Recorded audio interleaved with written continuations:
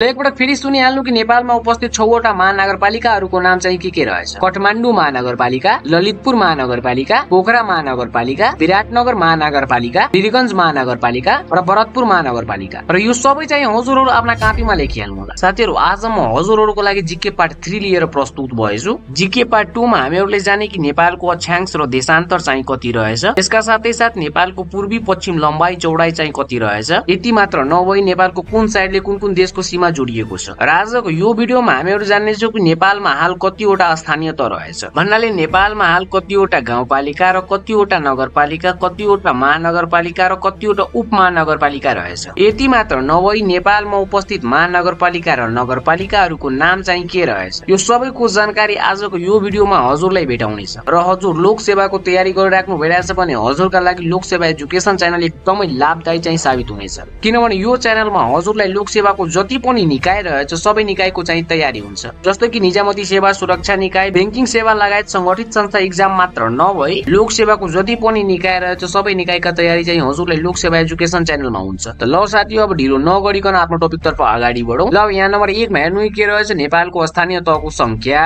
भन्नाले नेपालमा हाल कतिवटा स्थानीय तह रहेछ। नेपालमा हाल जम्मा 753 वटा स्थानीय तह अर्थात लोकल लेभल छन्। नेपालमा हाल कतिवटा स्थानीय तह रहेछ त 753 वटा स्थानीय तह रहेछ। अब यसलाई चाहिँ याद कसरी राख्ने कि नेपालमा हाल चाहिँ 753 वटा स्थानीय तह रहेछ भने यसको एउटा ट्रिक रहेछ। त्यो ट्रिक के रहेछ भने हजुरले चाहिँ पहिलो अंक याद राख्नु पर्छ कि नेपालमा हाल जम्मा 753 वटा स्थानीय तह रहेछ भन्नाले यो 7 याद राख्नु भयो भने हजुरको यो सबै याद रहन्छ। योमा फर्स्टमा चाहिँ हजुर याद राख्नु होला कि 7 पछि 2 घटाउनु छ र फेरि एक पटक 2 घटाउनु छ। 7 मा 2 घटाउँदा कति आउँछ त 5, 5 मा 2 घटाउँदा कति आउँछ त 3। 753 वटा नेपालमा जम्मा कतिवटा स्थानीय तह रहेछ त 753 वटा। त्यसैगरी अब तल हेर्नु कि नेपालमा जम्मा कतिवटा गाउँपालिका, कतिवटा नगरपालिका र कतिवटा उपमहानगरपालिका र कतिवटा चाहिँ महानगरपालिका रहेछ। सबैभन्दा माथि हेर्नु के रहेछ, तहको प्रकार, त्यसपछि संख्या, त्यसपछि विवरण। विवरण भन्नाले किन हामीहरू चाहिँ यसलाई गाउँपालिका भन्छौं र यसलाई किन चाहिँ हामीहरू महानगरपालिका भन्छौं। यहाँ हेर्नु कि म हजुरहरूको लागि इजी भन्दा इजी तरिकामा लिएर आएछु जुन चाहिँ हजुरले समझ्न बुझ्न गाह्रो नहोस् र लोकसेवा परीक्षामा हजुरको नाम चाहिँ एकै पटकमा निस्किहालोस्। यदि हजुरले यहाँ राम्रोसित ध्यान दिनुभयो तब चाहिँ हजुरले कुनै कोचिङ कक्षा क्लास गर्न आवश्यकता पर्दैन। किनभने यति सम्झाइ बुझाइ हजुरलाई एउटा पनि टिचर पढाउनु होला छैन। र यो भिडियोलाई हजुर चाहिँ सेभ गरिहाल्नु होला। सेभ गरेपछि योमा जे लेखेछ त्यो सबै कुरा चाहिँ आफ्नो कपीमा लेखिहाल्नु होला। ल अब यहाँ हेर्नु कि हाल नेपालमा कतिवटा गाउँपालिका रहेछ अर्थात रुरल म्युनिसिपालिटी रहेछ। नेपालमा हाल 460 वटा गाउँपालिका रहेछ। कतिवटा गाउँपालिका रहेछ त 460 वटा। र गाउँपालिकाको पनि हजुर चाहिँ फर्स्ट अक्षर याद राखिहाल्नु होला। फर्स्ट अक्षर याद राखेपछि त्योमा चाहिँ 2 एड गर्नु छ। त्यो भएर यसको फर्स्ट अक्षर याद राख्नु होला 4, 4 मा 2 एड गर्दा 6। जम्मा नेपालमा कतिवटा गाउँपालिका रहेछ त 460 वटा। ल अब यहाँ हेर्नु कि हामीहरू गाउँपालिका चाहिँ कस्ता कस्ता क्षेत्रलाई भन्नेछौँ। ग्रामीण क्षेत्रका लागि स्थानीय तह भन्नाले नेपालको जुन इलाका चाहिँ ग्रामीण क्षेत्र छ त्यस्ता क्षेत्रलाई चाहिँ के बनाएछ त नेपालको गाउँपालिका।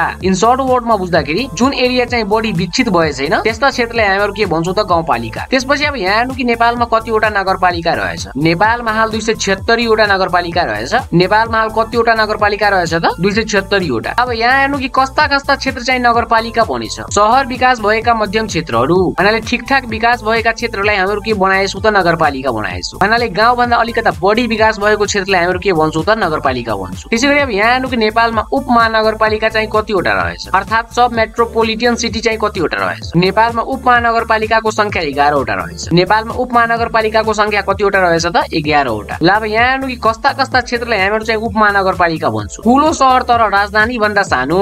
इन सर्ट वर्डमा बुझ्दाखेरि गाउँपालिका र नगरपालिका भन्दा बढी विकसित शहरलाई हामीहरू के भन्छौँ त उपमहानगरपालिका भन्छौँ। त्यसैगरी अब यहाँ हेर्नु कि नेपालमा हाल कतिवटा महानगरपालिका रहेछ अर्थात मेट्रोपोलिटन सिटी रहेछ। नेपालमा हाल 6 वटा महानगरपालिका रहेछ। कतिवटा महानगरपालिका रहेछ त 6 वटा। अब यहाँ हेर्नु कि कस्ता कस्ता क्षेत्रलाई हामीहरू महानगरपालिका भन्छौँ। सबैभन्दा ठुलो शहरहरू भन्नाले नेपालको सबैभन्दा ठुलो शहरहरूलाई हामीहरू के भन्छौँ त महानगरपालिका भन्छौँ। सबै मिलाएर नेपालको जम्मा स्थानीय तह चाहिँ हाल कति रहेछ त 753 वटा। गाउँपालिका कतिवटा 760 वटा। नगरपालिका कतिवटा त 776 वटा। उपमहानगरपालिका 11 वटा। महानगरपालिका 6 वटा। सबै मिलाएर चाहिँ कति पुग्छ त 753 वटा। र नेपालमा हाल कतिवटा वडा संख्या रहेछ त्यो चाहिँ हामीहरू अगाडि हेर्नेछौँ। त्यसैगरी अब यहाँ हेर्नु कि नेपालमा 6 वटा महानगरपालिकाहरूको नाम चाहिँ के रहेछ र यो चाहिँ पटक पटक एक्जाममा चाहिँ सोध्ने गर्छ। ल अब यहाँ हेर्नु नम्बर 2 नेपालका 6 वटा महानगरपालिका। तर महानगरपालिकाको नाम जान्नुभन्दा पहिला साथीहरु भिडियो यदि हजुरलाई इन्फर्मेटिभ लागिरहेछ भने भिडियोलाई एउटा लाइक गरिदिनु होला र हजुर लोकसेवाको तयारी गरिराख्नु भइरहेछ भने च्यानललाई सब्स्क्राइब गरिहाल्नु होला। यहाँ हेर्नु काठमाडौँ महानगरपालिका,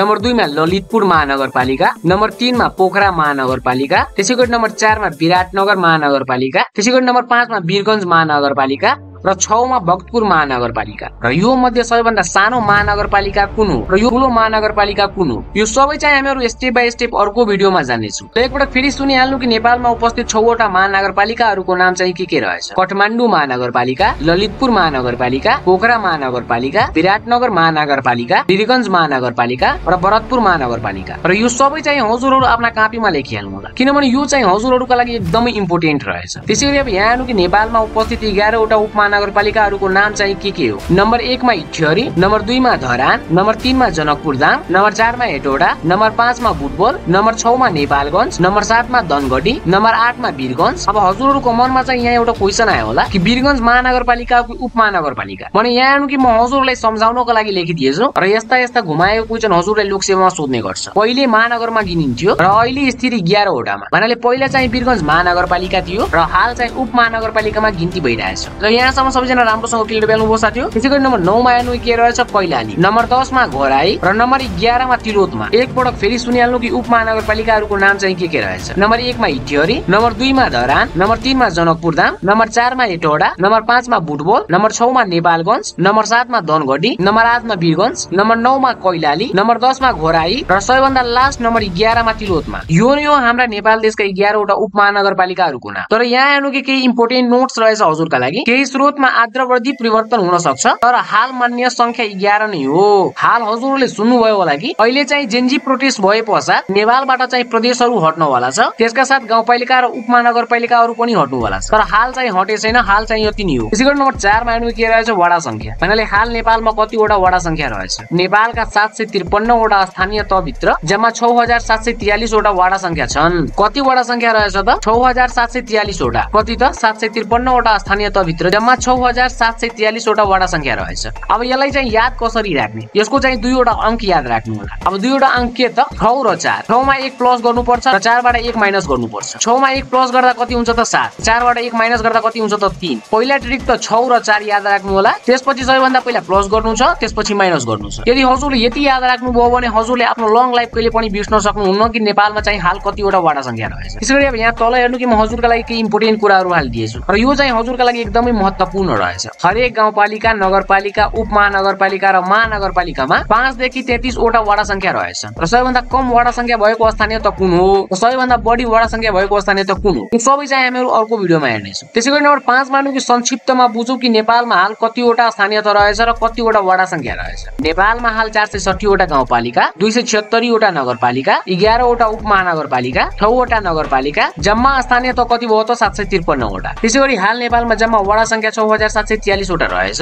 कति वडा संख्या रहेछ त 6743 वटा। कति त 6743 वटा। त्यसैगरी नम्बर 6 मा हेर्नु कि निष्कर्ष, र यो म हजुरलाई सम्झाउनको लागि लेखेछु। यो सम्झेपछि हजुरको मनमा जति पनि डाउट रहेछ सबै डाउट चाहिँ क्लियर भइहाल्छ। नेपालमा अहिलेको स्थानीय शासन प्रणालीले देशलाई संघीय, प्रदेश र स्थानीय तहमा बाँटेको छ।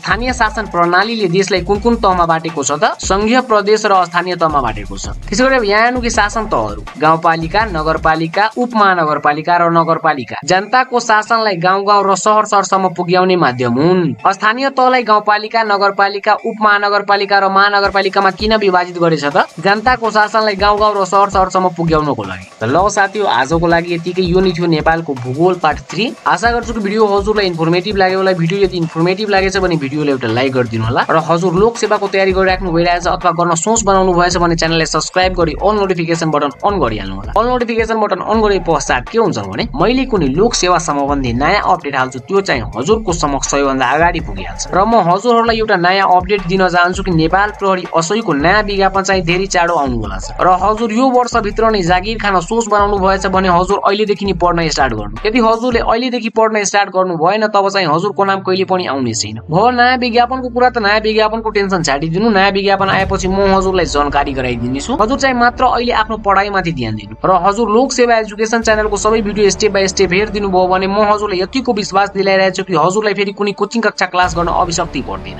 किनभने पहिला हामीहरु नेपालको भूगोल पढ्नेछौँ, त्यसपछि अन्तर्राष्ट्रिय भूगोल, त्यसपछि नेपालको इतिहास लगायत इन्टरपोल, सार्क समेत जति पनि लोकसेवामा सोध्ने प्रश्नहरू रहेछ सबै प्रश्नको स्टेप बाइ स्टेप तयारी गर्नेछौँ। ल साथीहरु, फेरि भेटौँला यस्ता नै इन्फर्मेटिभ भिडियोको साथ धेरै नै जाडौ। तबसम्मको लागि नमस्कार।